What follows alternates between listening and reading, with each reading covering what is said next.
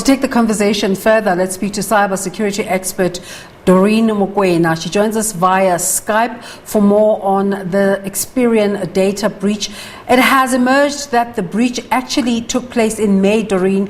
Why do you think it took so long for Experian to reveal this? Basically, so the conditions of the POPIA, especially as Section 22, regulates that in terms of a data breach or a hack, they need to report this to the information regulator, to the information regulator, of course. So the reason why this definitely took so long is they were probably trying to check what standardization did they have to miss on their side, because when they sent the letter to the information regulator on the 16th of August, weeks after the hack has happened, they were just trying to follow the norms and regulations in terms of informing them that there is a possible breach.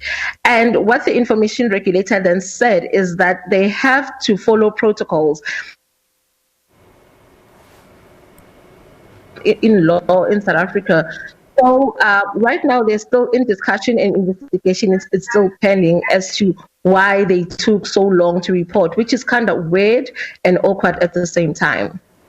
In the interim, South African consumers are outraged, and understandably so.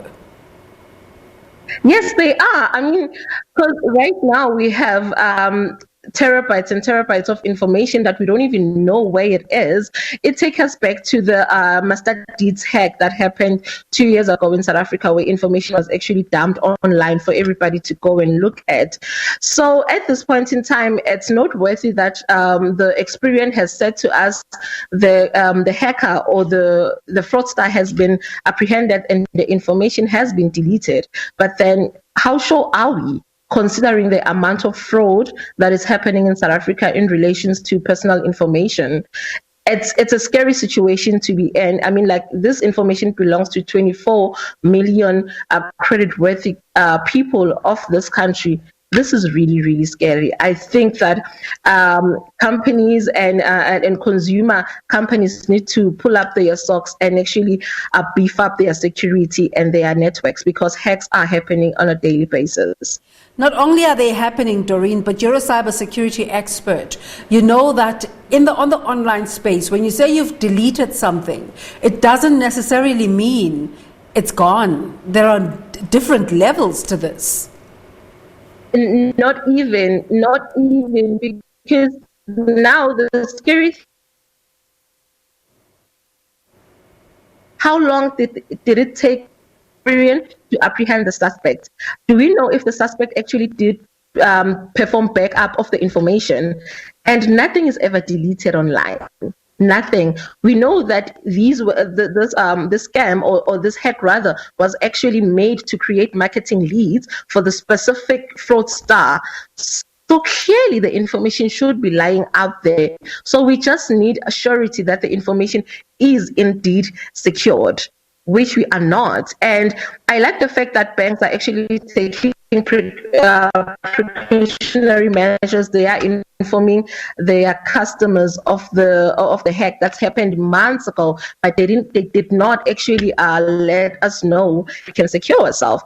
Because chances are we could have given out our personal information to these call center agents that we don't even know.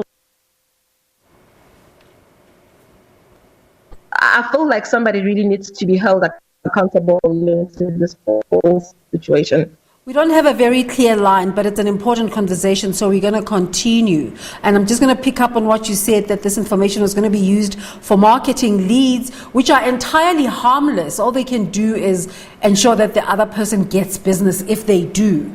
But what else can people's information be used for besides for this purpose? Basically, what happens is these guys, they sell your information to they sell it to funeral directors, they sell it to consumers who are looking to scam people.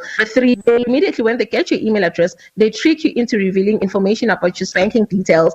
And right now, SARS season, it's upon us. They trick you into revealing such information as well. So it's not only your name and your surname and your address, it goes deeper. It's actually very tricky and very scary what an email address can do to a person, it reveals a lot about you. Because this information is not only housed in South Africa, it's also housed in other jurisdictions, like to people in Europe, in Mozambique, in Nigeria.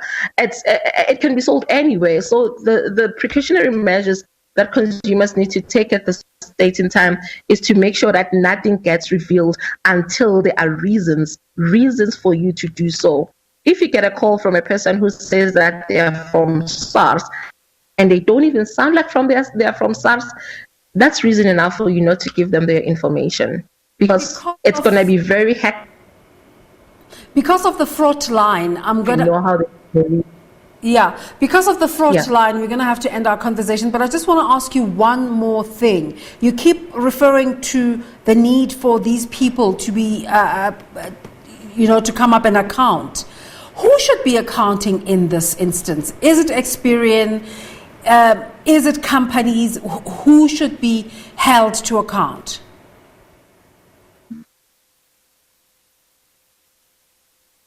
Experian should be held into account, because from their statement, they said the information was handed over to it on bad faith. How do you hand over 24 million records to a person?